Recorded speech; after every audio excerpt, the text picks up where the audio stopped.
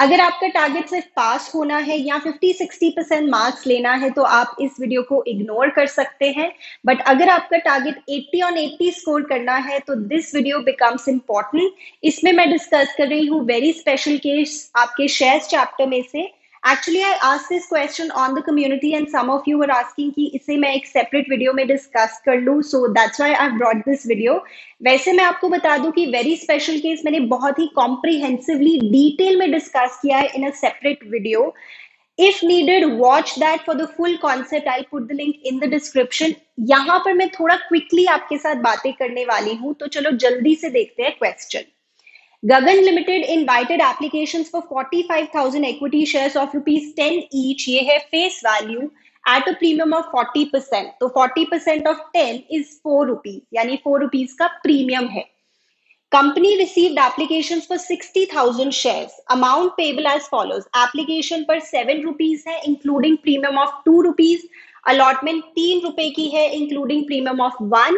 और balance is on first and final call. तो आप बताइए कि जो टोटल ₹4 का प्रीमियम है क्या वो कंप्लीट हो गया? 2 का यहाँ पे हो गया, 1 का यहाँ पे, तो अभी 1 का प्रीमियम रह गया है जो फर्स्ट एंड फाइनल कॉल पर होगा। अभी देखेंगे। एक शेयर होल्डर है मेघा जिसने अप्लाई किए थे 600 शेयर्स, उसने अलॉटमेंट पे नहीं की और first and final call money पे नहीं की। तो यहाँ पे हमें बताना है कि शेयर फॉर फ्यूचर अकाउंट में हम कितनी वैल्यू क्रेडिट करेंगे फॉर फ्यूचर एंट्री में। वैसे मैं आपको पूरी एंट्री ही बता देती हूँ। तो आप देख ही सकते हैं कि इस क्वेश्चन में ओवर सब्सक्रिप्शन है, 60,000 शेयर्स आए हैं, एप्लीकेशंस आई हैं 60,000 शेयर्स की और 45,000 हम चाहते थे इशू करना। तो जो मेघा है उसने अप्लाई किए हैं 600 शेयर्स, तो जाहिर सी बात है कि उसे अलॉट कम हुए होंगे। सो पहले हम देख लेते हैं कि मेघा को कितने शेयर्स अलॉट हुए होंगे। सो ओवरऑल देखें तो 60,000 शेयर्स अगर अप्लाई होते हैं तो 45,000 हम अलॉट करते हैं, राइट? इससे हम यूनिटरी मेथड से आंसर निकाल सकते हैं। वैसे ओरली हो जाएगा, ये बिल्कुल सिंपल कैलकुलेशन है, but still I want to show you. Megha ने अप्लाई किए हैं 600 शेयर्स के लिए, तो उसे अलॉट हुए होंगे वेरी सिंपली 450 शेयर्स उसे अलॉट हुए होंगे। ठीक है, ऑलराइट, ये तो आप ओरली कर सकते थे, वेरी सिंपल कैलकुलेशन। इसके बाद हम विचार करेंगे। विचार हम वर्ड यूज करते हैं क्लास में टू डू दैट वर्किंग, जिससे हम निकालेंगे कि एक्चुअल डिफॉल्ट कितना हुआ है अलॉटमेंट पर। So let us look at that very carefully, ध्यान से सुनेंगे मेरी बातें। तो ऑन एप्लीकेशन मेघा ने हमें दिए होंगे 600 शेयर्स के हिसाब से ₹7। एप्लीकेशन ₹7 की है इंक्लूडिंग प्रीमियम, ठीक है? तो उसने हमें दिए होंगे ₹4,200, बट उसके बनते हैं एप्लीकेशन पे 450 के हिसाब से ₹7, दैट इज 3150। तो उसके जो एक्सेस पैसे आ गए हैं हमारे पास एप्लीकेशन के समय, दैट इज 1050। नाउ ये एक्सेस हम यूज करेंगे अलॉटमेंट के लिए, ठीक है? अब अलॉटमेंट पे देखते हैं क्या सिचुएशन है।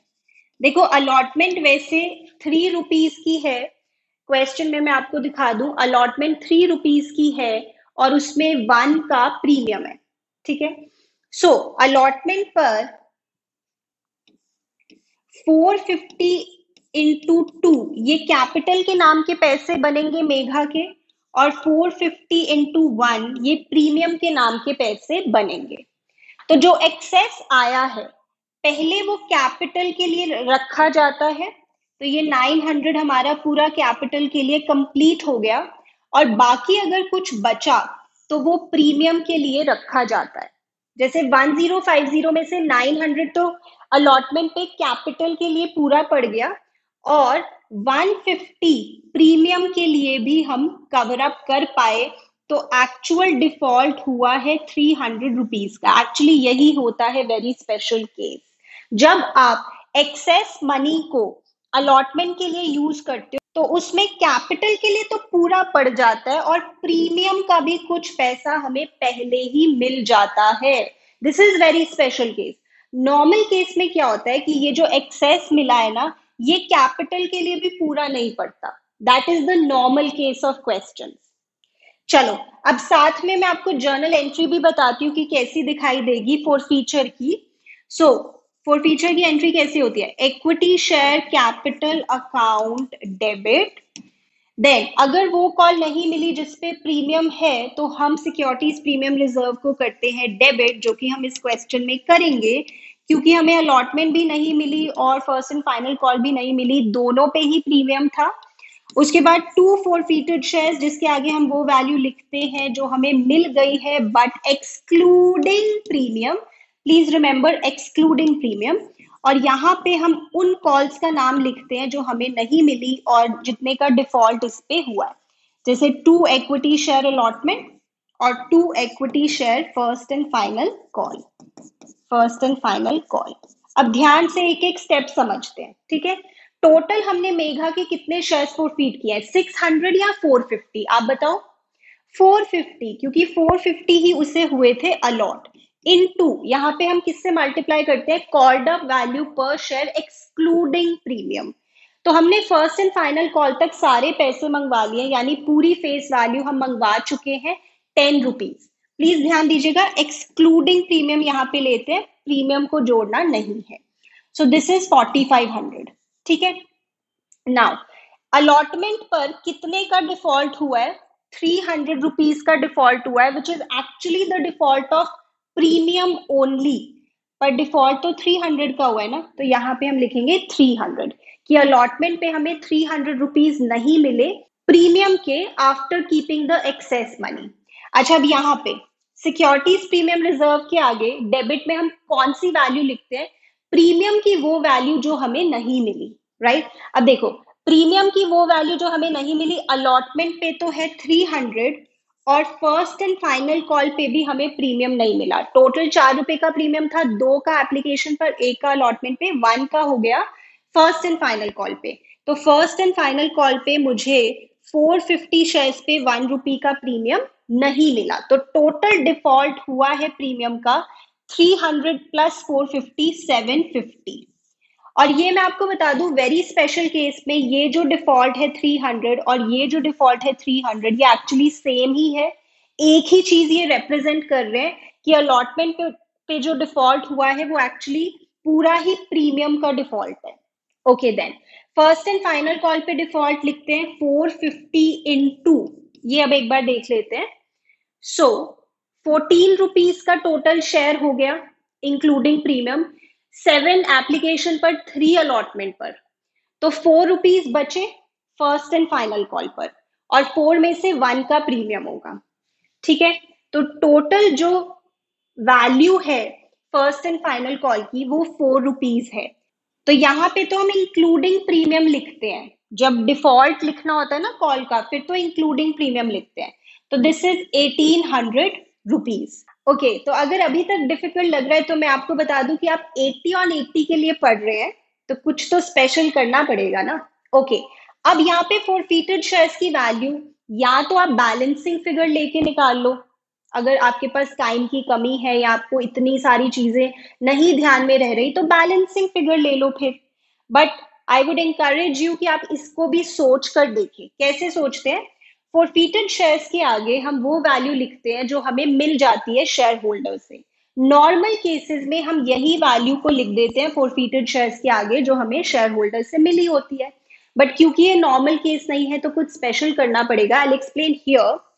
तो वैसे मुझे शेयर होल्डर से 4200 रुपीज मिल गए हैं, बट इसमें एक प्रॉब्लम है। प्रॉब्लम ये है कि इसमें प्रीमियम इंक्लूडेड है, और जब मुझे फॉरफीटेड शेयर्स के आगे वैल्यू लिखनी है, that should be excluding premium. तो मुझे इस 4200 में से प्रीमियम एक्सक्लूड करना पड़ेगा। तो लेट मी टेल यू, पहली बात तो यहाँ पर एप्लीकेशन पर भी प्रीमियम है। तो जब एप्लीकेशन पर प्रीमियम होता है तो हम कैसे करते हैं? इसमें से हम अलॉटेड नंबर ऑफ शेयर्स पे एप्लीकेशन का प्रीमियम माइनस करेंगे।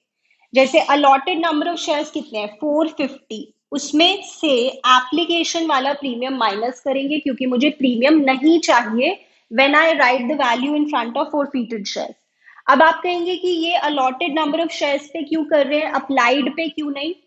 सिंपल लॉजिक है कि आगे चल के जहां पे भी हम सिक्योरिटीज प्रीमियम रिजर्व यूज करेंगे अपनी बुक्स में, वो हम अलॉटेड नंबर ऑफ शेयर्स पे ही रिकॉर्ड करते हैं, अप्लाइड पे नहीं। तो इसमें ध्यान दीजिए, एप्लीकेशन पर अगर प्रीमियम है तो अलॉटेड नंबर ऑफ शेयर्स पर जो एप्लीकेशन का प्रीमियम है वो आप सब्ट्रैक्ट करेंगे। नाउ द सेकेंड थिंग, ये तो हो गया एप्लीकेशन पर प्रीमियम। अब वेरी स्पेशल केस का भी तो कुछ करना होगा, तो ध्यान से देखना। ये जो 1050 है, इसमें से ये 150 निकला है, डू यू अग्री? यस, इसके ही हमने दो टुकड़े किए ना, एक 900 और एक 150। और ये जो 150 है ये प्रीमियम को रिप्रेजेंट कर रहा है, यानी 150 का प्रीमियम इस 1050 में है, और ये 1050 इस 4200 में से निकला है। यानी हम कह सकते हैं कि ये 150 का प्रीमियम इस 4200 में है, क्योंकि इस 4200 में से ही टपक के ये वैल्यू निकली है 1050, और इस वैल्यू में से टपक के ये वैल्यू निकली है 150 की प्रीमियम की।